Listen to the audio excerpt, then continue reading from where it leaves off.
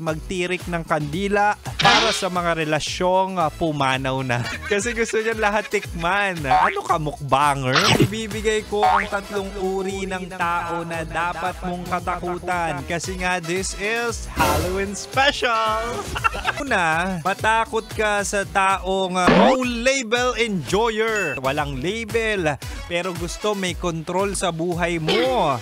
Yung mga linyahan na sinasabing akin ka lang pero walang tayo, ha. Wow! Baga kung ma-full ka, okay lang ma-full ka, pero hindi kita sasapuhin.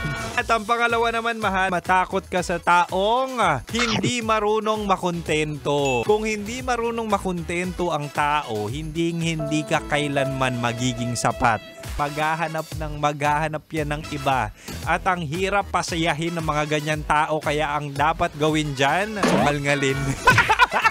Kasi gusto niyan lahat tikman. Ano ka, mukbanger? Pangatlo at panghuli naman, mahal, matakot ka sa taong mahal pa ang ex nila. Ikaw ang sasapo lahat ng kanyang trauma. Buo pero tingi-tingi lang ang marireceive mo sa taong hindi pa nakaka-move on. Kaya mahal, ngayong Halloween, mag-reflect at talaga nga namang magsindi at magtirik ng kandila para sa mga relasyong pumanaw na.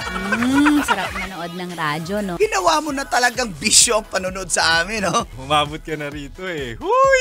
Kaya kung gusto mong tuloy-tuloy pa ang tawanan, Iyakan at kiligan, aba, i-like mo na ang video na ito. at mag-comment ka na rin sa Bisyo. Hit mo na rin ang notification bell. Para updated ka sa mga kaganapan namin dito sa Love Radio. Kailangan pa bang i-memorize yan? Basic.